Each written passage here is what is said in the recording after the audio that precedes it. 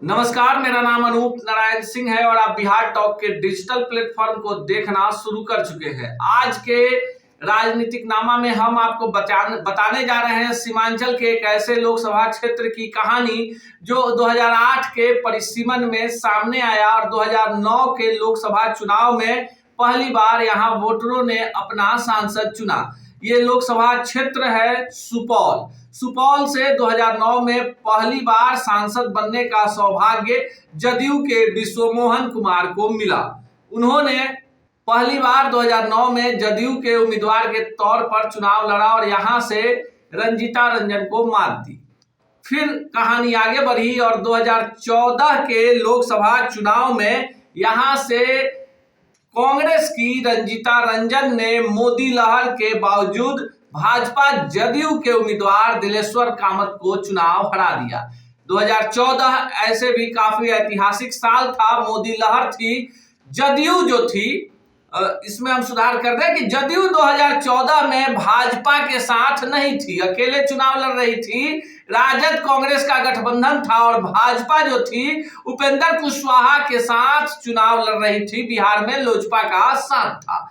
लेकिन 2014 में कमाल हुआ सुपौल और मधेपुरा में, जहां पति पत्नी पप्पू यादव आरजेडी के टिकट पर थे और रंजीता रंजन कांग्रेस के टिकट पर। मोदी लहर के बावजूद 2014 में पप्पू यादव ने मधेपुरा से शरद यादव को और सुपौल से रंजीता रंजन ने दिलेश्वर कामत को हरा दिया। हालांकि भाजपा के जो उम्मीदवार थे तीसरे पोजीशन पर रह गए। 2019 में परिस्थितियां बदल गईं और जदयू भाजपा एक साथ आ गए। ऐसे में 2019 में सुपौल लोकसभा क्षेत्र में दिलेश्वर कामत ने रंजीता रंजन को चुनाव हराकर बदला ले लिया, लेकिन भाजपा का साथ था। चुनाव हारने के बाद कांग्रेस के संगठन में रंजीता रंजन का कद बढ़ता गया और स्थिति यह है कि रंजीता रंजन वर्तमान में छत्तीसगढ़ से राज्यसभा की सांसद हैं।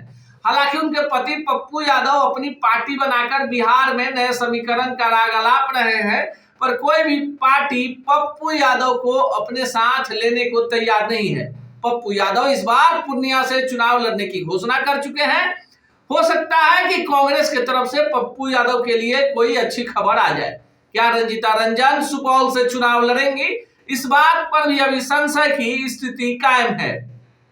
कांग्रेस की परंपरागत सीट रही है सुपौल, तो कांग्रेस चाहती है कि ये सीट कांग्रेस के पास ही रहे। दिलेश्वर कामत जदयू के सांसद हैं और गठबंधन में दिलेश्वर कामत आरजेडी, कांग्रेस, वाम दल और जदयू सबका साथ चाहते हैं। ऐसे में इस बार संभावना कम नजर आती है कि रंजीता रंजन और दिलेश्वर कामत में फाइट होगा। भाजपा का उम्मीदवार होगा, कौन होगा? कई सारे नाम हैं। नीरज कुमार बबलू भी लड़ना चाहते हैं, पर जातीय समीकरण वहां पर मुस्लिम यादव के अनुरूप है। ऐसे में मुस्लिम यादव समीकरण में फिट बैठने वाले उम्मीदवार की तलाश है। कई पुराने खिलाड़ी हैं जो सुपौल पर नजर गड़ाए हुए हैं।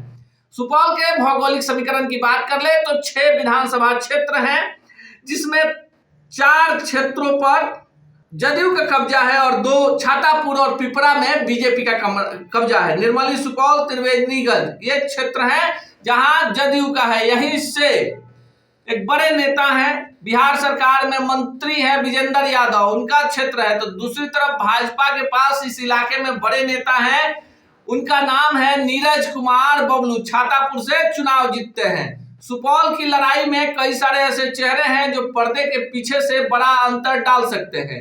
अब यह स्थिति साफ हो गई है कि बिहार के 40 लोकसभा सीटों की तरह सुपौल में भी आमने सामने फाइट होगी। एक तरफ एनडीए का उम्मीदवार होगा तो दूसरे तरफ आईएनडीआईए का उम्मीदवार होगा।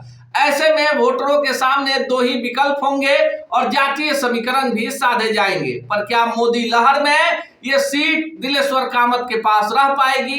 क्या दिलेश्वर कामत को टिकट मिलने की स्थिति में महागठबंधन के बागी उन्हें परेशान नहीं करेंगे? कई सारे अनुत्तरित सवाल हैं जिसका जवाब 2024 के रन में ढूंढ लिया जाएगा। इसी तरह की तमाम खबरों के लिए देखते रहिए बिहार टॉक। ऐसे ही खबरों के लिए जुड़े रहिए बिहार टॉक से। यूट्यूब पर लाइक और सब्सक्राइब करें, बेल आइकन जरूर दबाएं। फेसबुक, ट्विटर और इंस्टा पर फॉलो करें। धन्यवाद।